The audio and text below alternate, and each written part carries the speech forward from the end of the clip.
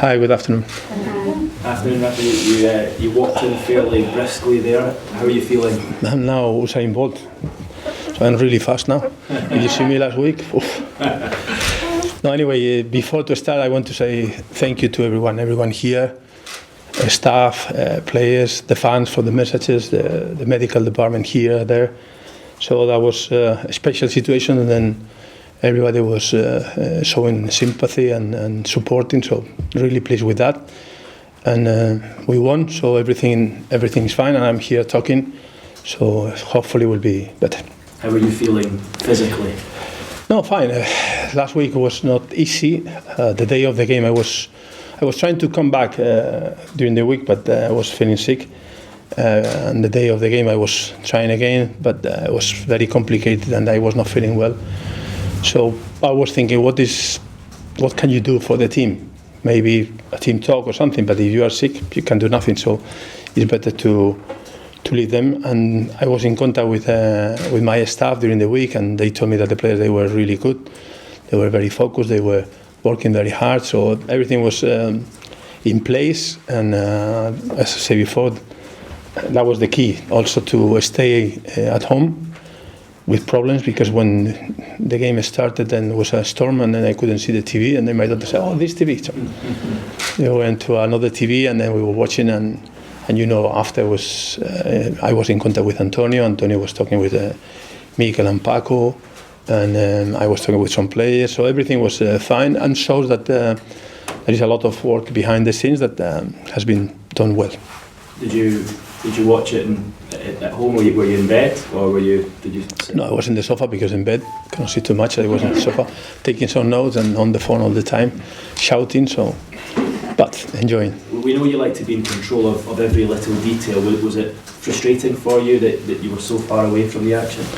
Yeah, obviously I wanted to be there, but I was quite confident, because during the week everybody was telling me that everything was fine. I was telling members of the staff, not the coaching staff, and the members of the staff, the medical staff. So everything was going according to plan. And then after, I could see the first minute, and in the TV you can see the mistakes if you want a little bit better. And then I was phoning quickly, but they already knew. So some of the things that I was trying to tell them, they were telling me before. So I think it's a proof that their work for years in this case has been good, and in terms of the assimilation of everyone. Of course, your team won the game. Do your staff and players want you back this weekend?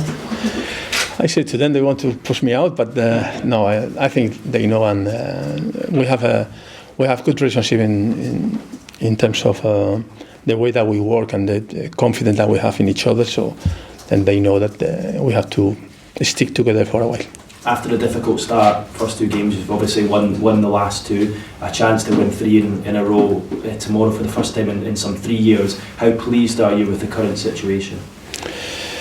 I think it's important to manage when something is wrong, to stay calm, and when something is right, to stay calm too.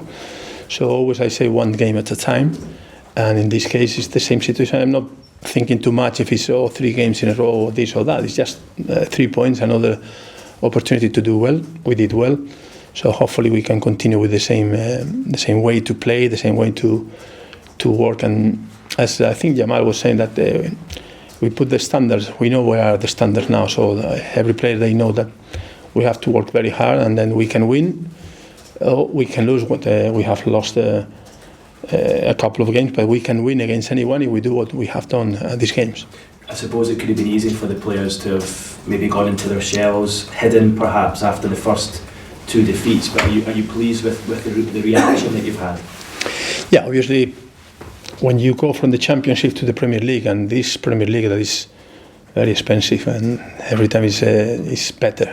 You have very good players around, and when you cannot win the first games, you're a little bit anxious and nervous. And I think it was really good to win in the way that we won against West Ham, and after to confirm that against Swansea means that we have a lot of confidence. And now what we have to be sure is we don't have overconfidence, because it's just the start of the season, and we have to keep doing things in the same way that we have done. It seems a long time ago since the transfer window closed. Now, we've not had a chance to speak to you since then. How do you sum up Newcastle's dealings in the last couple of weeks of that window?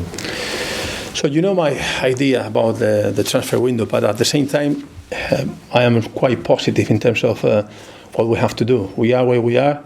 We are doing well. This is the group of players. I lost the opportunity, and I was talking with them these days, the opportunity to, after the transfer window when they closed, to explain to them, this is the group, we are together now, and we have to give everything. And I was talking during the week with some of them. Today I have a couple of them also with the same conversation. So I want to move forward to think about what we have, what can we do. And my staff, everybody here, our commitment is to improve every single player individually and try to improve the team. If we can do that, we will see where we are for the next window, but at the moment it's just to bring the best from every player. And despite the fact that you failed to bring anyone in the last few days of the window, are you still content? Are you happy? What I can do is to enjoy the 2 wins and then try to be sure that we have another one, as you said before at the beginning. So I will not be worried too much about what we didn't do. It's what we have to do now, that is to be sure that we improve players and we improve the team. You think you have enough to stay up, to be competitive? Yeah, I think so. I think it's obviously will not be easy. So I am against this idea that now we can compete for Europe, and before we were just relegated. So I think it's a long season. When you talk about the Premier League, any league, you talk about 9 months. So it's a long season, and we have to be sure that every week we have a player that has improved a little bit, or a group of players that has improved a lot, or whatever. So we have to be stronger every week, and even if you are stronger, you can lose games. But at least be sure that we continue working, trying to give them some advice and some tips that will help the team to be better. Thanks, Rafa. Cheers. Rafa, do you feel those 2 wins have lifted the atmosphere and the mood around the club, perhaps for the fans as well? Yeah, for sure. I think it's very clear that everybody now is very positive, or the majority are very positive. But I'm the first one to be positive, but at the same time to understand that it's at the beginning, and then we have to carry on doing things in the same way. So if we have to improve, set pieces, we will try to improve set pieces. If we are fine, can we improve a little bit? Or we'll try to do it. If we have to improve in defense, in attack. So we are not, after the game, we are not saying, we have won and that's it. No, we have won, and still we have to do this, that a little bit better, and we will try to do that. And looking ahead to Stoke, what have you made of their start to the season? I was watching clips, obviously, like all the managers, and it's a good team. They have some good players that I know, some of them for a while, and then I think it's a good team. They have good balance. They are strong in defence. They have some pace and ability in attack. They have a good size. They can play on the floor. They can do a lot of things good. So they have a manager with experience. I think it's a good team. And I guess with a result like they got against Manchester United as well, it just makes everybody sit up a little bit and take notice. Yeah, I think United is a very, very strong side, and then to do what they did and in the way that they did it, I think it's quite good. It means that what we say, it will be a tough game. And in terms of Joselu, has the opportunity to face his old club. He's started very well with yourselves, and also there's always that little bit of added spice, isn't there, when you face an old club? Yeah, normally you have a tradition that the player has played for a team. Normally he scored against his former team, so hopefully it will be like this. But no, in terms of him, it's a player that I said before, we knew him. It's too early, but he's showing what we knew about him. So now it's just to be sure that he is consistent and he can continue playing at the level that he's playing, or even better, and improving, because he can improve. He has plenty of room for improvement. But we are happy with him, and now the competition is even bigger. That is good for us. And in terms of team news, where are we on the injury front going into the game? We have just 2 injuries, Dumet and Aidara. The rest of the players are available. And Dummett, what's the time scale for him? It's not clear. We have to see how, because each player is different, but still he will need some time.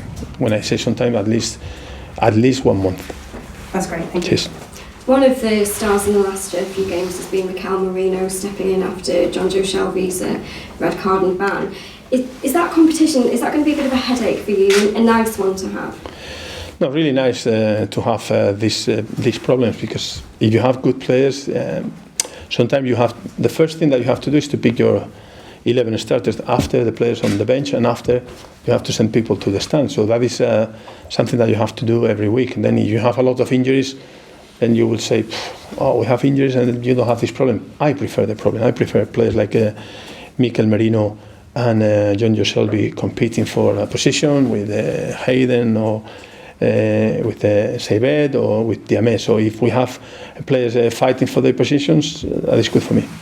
And how has John Joe kind of reacted with, with his ban being out of the team for the moment, watching from the sidelines?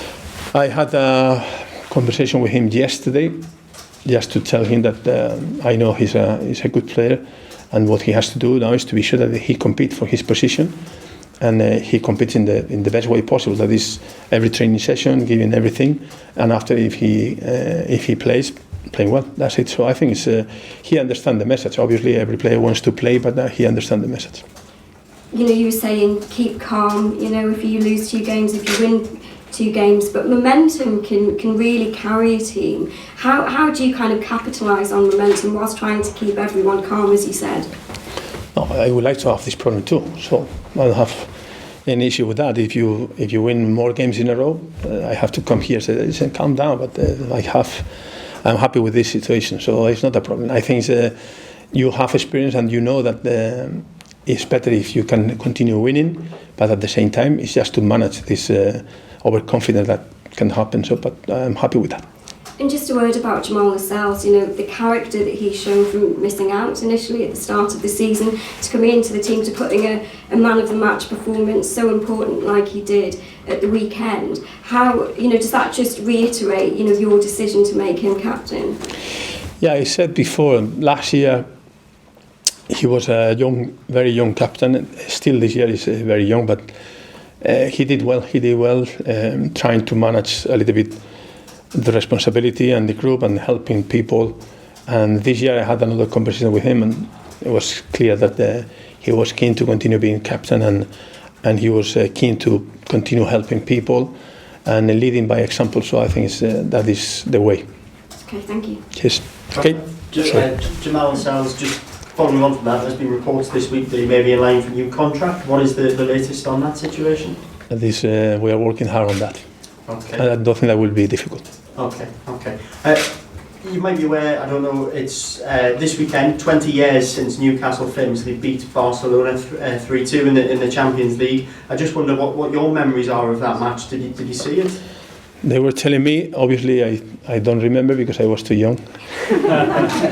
No, but I don't remember. I will lie if I say, I remember this or that. No, I know because they told me, and I was checking about the result and that, but I don't have all the details. Sorry. No, that's fine. I mean, you will understand though the way that supporters sort of cling on to memorable victories, so you'll appreciate what it means to supporters, even though it was 20 years ago. Yeah, for sure. When you play against top sides and then you are successful, you have to remember. So football is not just to be upset every day that you lose. You have to enjoy when you win. So I think it's really important to remember. The other things, obviously, we have to concentrate now in where we are, but it's not bad to have some good memories.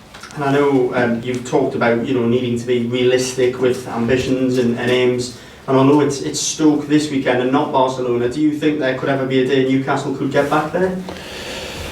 I will not compare any team any moment. So I think my idea is very clear, has to be very clear for the rest of the season. Is one game at a time. Hopefully we can beat the Stoke 3-2. I will sign right now, and then we can enjoy 20 years ago and now.